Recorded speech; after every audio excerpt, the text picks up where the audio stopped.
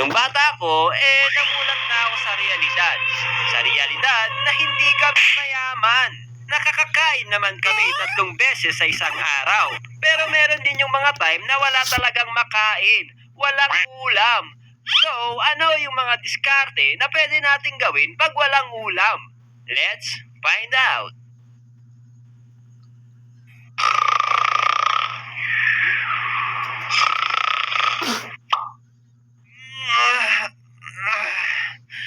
Umaga na pala.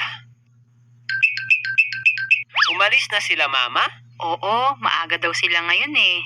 Anong ulam? Wala, ubos na. Hindi ka kasi gumising ng maaga eh. Grabe, hindi nyo man lang ako tinirhan. Akala namin next year ka pagigising eh. Ano ako, vampira? Tingnan mo na lang dyan kung anong pwede mong ulamin.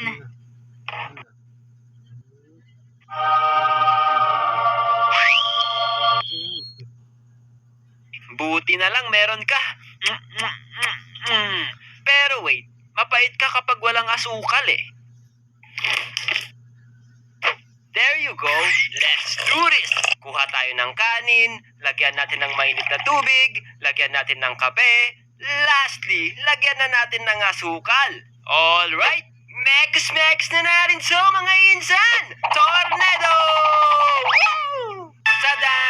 Tapos na ang aking sugar coffee budget meal. Kain tayo mga insan! Sa gantong preparation guys, pwede kayong gumamit lang ng asukal kahit wala ng kape at mainit na tubig. Pag walang asukal, pwede rin ng asin kung trip mo ang maalat. Kung medyo yayamanin ka, pwede ka rin gumamit ng gatas. Ito pa, ginagamit to ng mga babae. Walang iba kundi ang toyo. Hoy, anong ibig mong sabihin? Natoyoin kami? Hindi yun ang ibig kong sabihin. Akala mo ba hindi masakit yung mga sinasabi mo? Kayo nga, inuulam nyo yung kape kasi mga bitter kayo. Uy, content lang to. Wala akong pake. Tsaka masarap ang toyo, lalo na kung gagawa kayo ng fried rice. Wow, sige nga, tutorial nga dyan, Chef Ellie. Sige! Hello guys! Welcome to Ellie's Cooking Show! I-share ko sa inyo kung paano magluto ng soy sauce fried rice. Ang kailangan nyo lang ay mantika, kaning lamig, at syempre toyo. Oh, bakit ka tumatawa dyan? Wala. Sige na, ituloy mo na.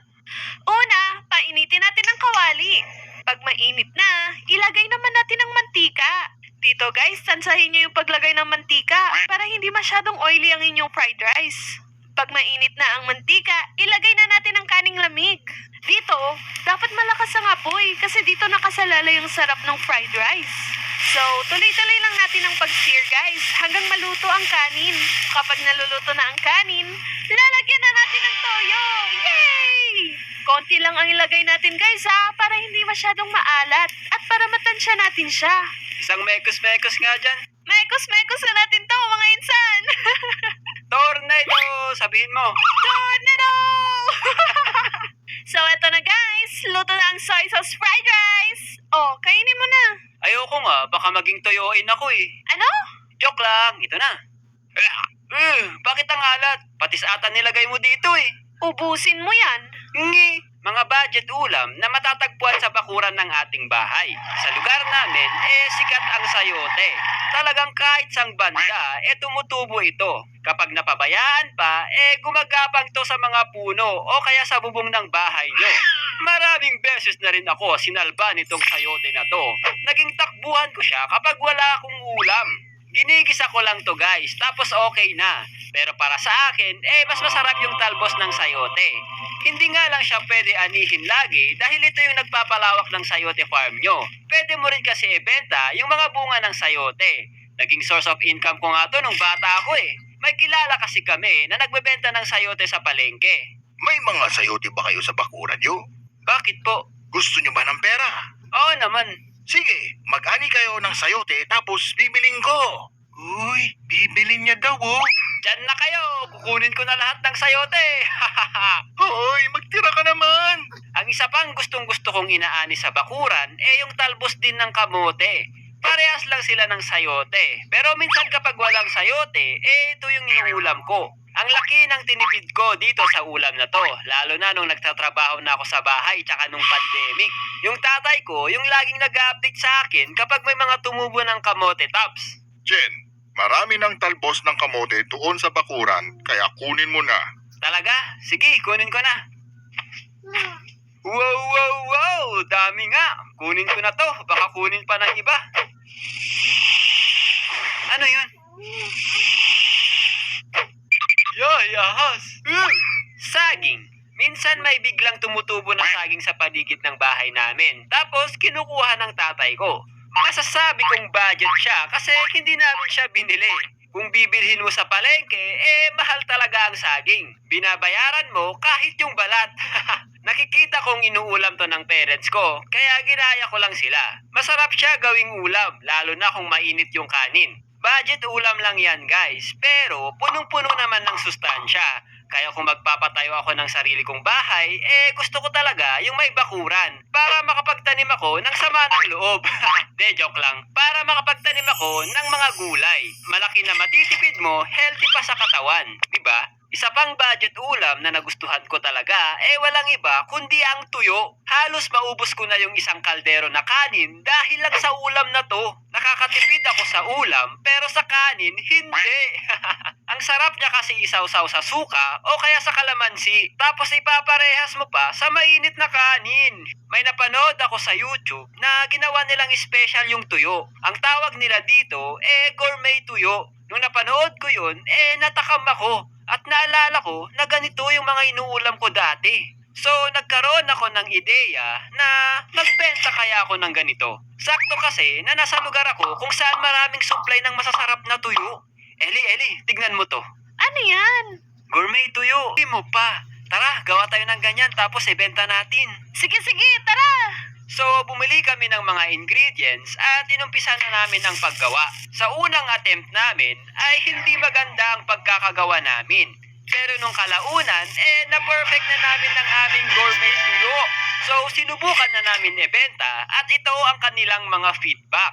Masarap yung gourmet tuyo ha? Nakailang kain ako. Yun na nga lang ata inulam ko ng isang linggo Hoy, bakla! Masarap daw yung gourmet tuyo, sabi ng friends ko. Masarap yung gourmet tuyo. Pero, mas maganda kung gawa pa kayo ng extra hot spicy. Medyo nakukulangan pa ako sa anghang Pinatikim ko sa mama ko. Masarap daw! My friend bought your gourmet tuyo and she says, try niyo to, masarap. And I replied, my ate made that. Sobrang saya namin nung narinig namin ang kanilang mga feedback. Dahil ang hirap din pala gumawa ng gourmet tuyo. Medyo matrabaho siya dahil tinatanggal pa namin yung mga buto para boneless yung gourmet tuyo. Ngayon, we are selling it online. Bili kayo guys para matikman nyo din. Meron kaming original flavor, spicy, at yung paborito ko, ang turmeric flavor. Para maka-order, i-click nyo lang yung link ng Shopee at TikTok shop namin na nakalagay sa description box. Thank you gate, kapag alam kong wala akong uulamin sa tanghali, hindi ko ginagastos yung baon ko sa recess. Ang ginagawa ko, itinatabi ko tapos bumibili ako sa kantin. Ate, anong mga tinda nyo ngayon? Meron kaming sotanghon, sopas, at pansit. Anong gusto mo? Sige, yung sotanghon na lang po. Ay, hindi po pala, yung pansit na lang. Ano ba talaga? Yung pansit, ate, mukhang mas masarap Dagdagan mo ate hehe. Dagdagan mo din yung bayad mo. Si ate naman konti lang. Sige na, loyal customer nyo naman ako Ayan, dinagdagan ko na. Salamat! Mabait itong tendera na ito dahil pinapautang niya din sa amin yung mga natirang pagkain na hindi na nila nabenta. Uy, naalala mo ba yung tendera na pinag-uutangan natin ng champorado nung elementary? Oo, naalala ko. Kakilala ko lang yung mga yun Naaalala mo ba kung magkano yung utang mo doon? Hindi Ikaw ba? Hindi rin Graduate tayo ng elementary, hindi natin nabayaran yung mga utang natin doon. Tingin mo masama loob nila sa atin? Hindi naman siguro. Tsaka, baka nakalimutan na nila yun.